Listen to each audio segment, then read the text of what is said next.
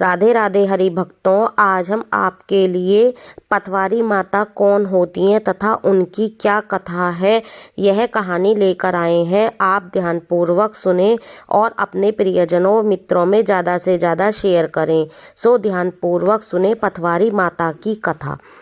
प्राचीन समय की बात है कि किसी गांव में एक बुढ़िया माई रहती थी।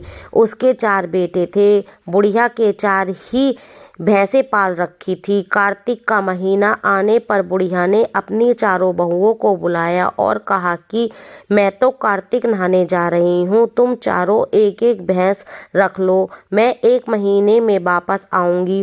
चारों बहुओं में से सबसे छोटी बहू बुढ़िया की लाडली थी। बुढ़िया ने जाते जाते यह भी कहा कि मैं 1 महीने में जब वापस आऊँगी तो देखूँगी कि तुम में से किसने सबसे ज़्यादा घी जोड़ा है। बुढ़िया की बातें सुन तीनों बड़ी बहुओं ने सोचा कि यही समय है बुढ़िया को बताने का कि छोटी को कुछ नहीं आता। वह दही बिलोना नहीं जानती थी और ना ही उसे पता था कि घी कैसे बनता है।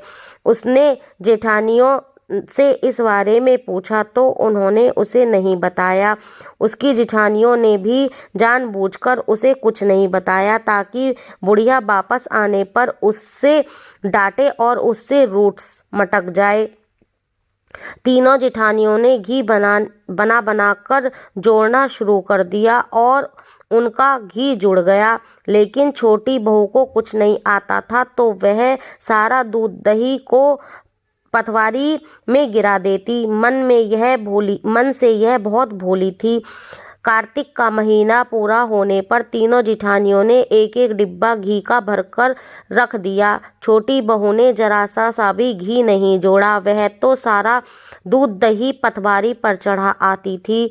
बुढ़िया के आते ने की खबर सुनकर वह पतवारी माता से कहती है कि मैं तो क्या करूं, मैंने तो घी नहीं जोड़ा, मैंने तो सारा दूध दही तुमको ही चढ़ा दिया।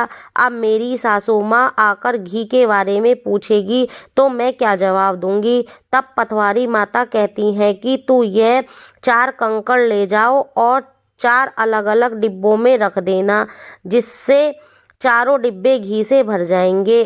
उसने ऐसा ही किया और उसके पास 4 डिब्बे घी हो गए।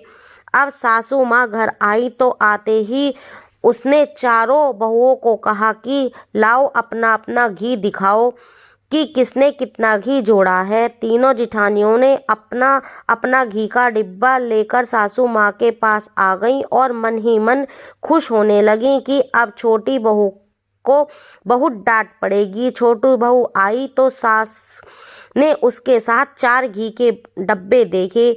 वह यह सब देखकर हैरान हो गई कि इसे तो दही बिलोनी भी नहीं आती, तो यह घी कहाँ से ले आई।